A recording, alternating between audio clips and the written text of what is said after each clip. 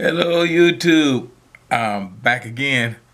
Uh, Today, I wanted to do a couple of more stories. I'm getting such good response from the little stories I tell from when I was working. I think I'll tell two more. Everybody seemed to like the hot chocolate. It was funny when it happened.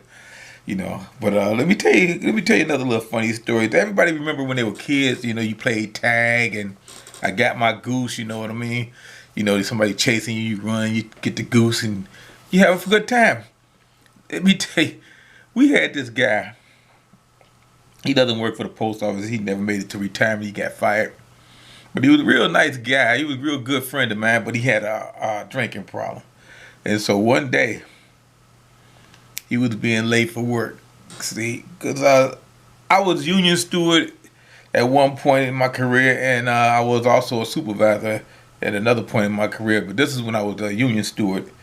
And so this guy, he was coming to work one day. So he was about maybe 6 blocks from the post office, and he was driving his car he bought, but he didn't have the right plates on the car. He had the plates from his other car on the car. So when the police see that happen, they're gonna pull you over. So the police cut their little light on, and were trying to pull him over, and he didn't stop. He zoomed down the street.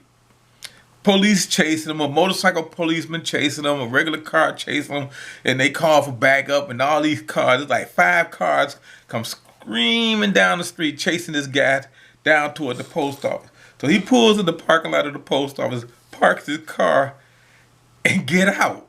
Like, hey, I'm safe. I got my goose. It was hilarious because it was like 9 policemen. They grabbed him, put him on the ground, handcuffed him, and took him away. I'm like, ain't that stupid?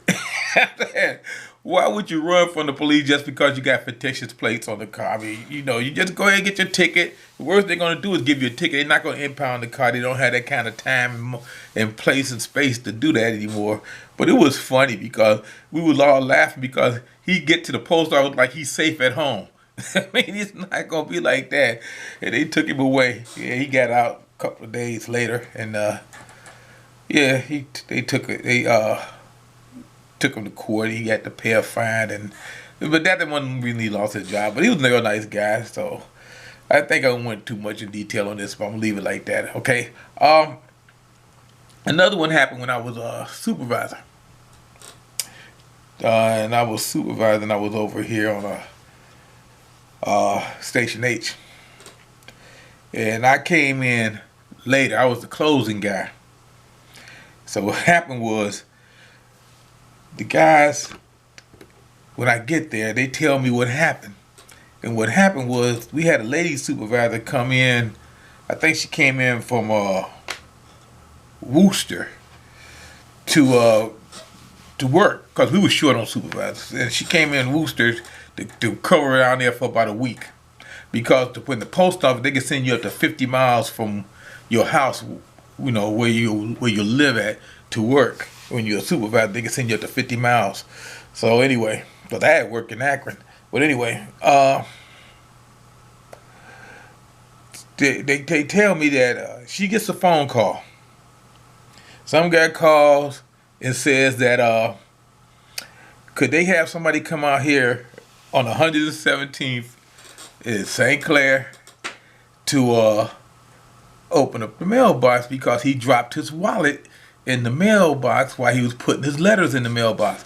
This is what this guy on the phone told this lady supervisor who is not from around here.